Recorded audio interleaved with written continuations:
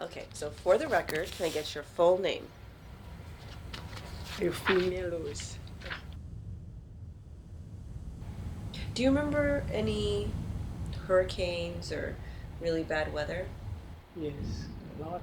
We had, well, the biggest one was the Hurricane Janet. That was one that, I mean, we had no death, but lots of damage to houses.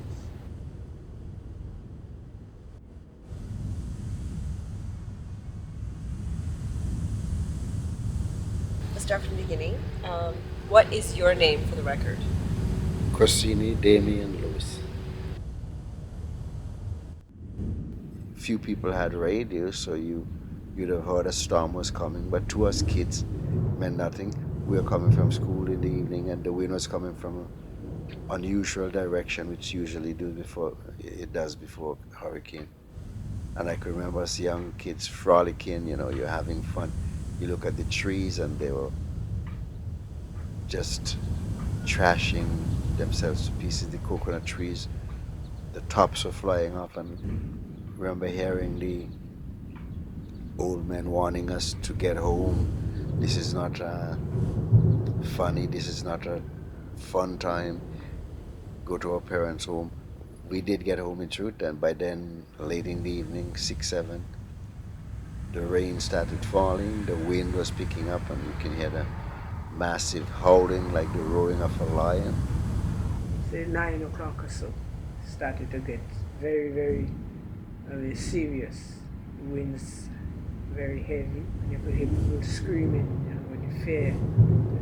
As the wind is going, you hear, and you could see the house, like in like the crevice that side just open, come back together. Even as a kid then, I would have been 11, 13 years old, because then you realize the seriousness of it was no fun anymore. Most times, if it's not, say, severe, you stayed in the house. But Janet, roof went, so we had to, well, I tell you, I mean, awful, because to hear the wind howl, it took up everything in its path, stones, sticks, trees.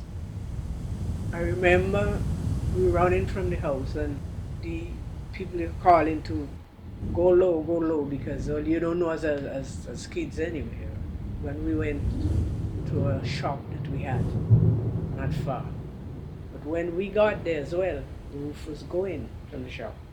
We get some rope tied in the middle, what do you call it, in the rafter, and secured with whatever we had, like sugar moss is very heavy.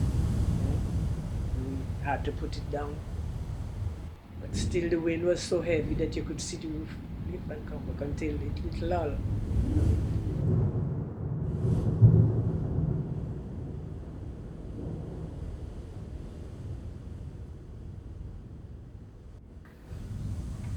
It was a horrific time, like, very traumatic experience. Did anybody even sleep that night? It was impossible because you got 25 families in a one room, 14 by 12 building.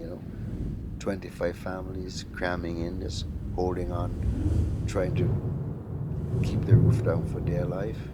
Total devastation.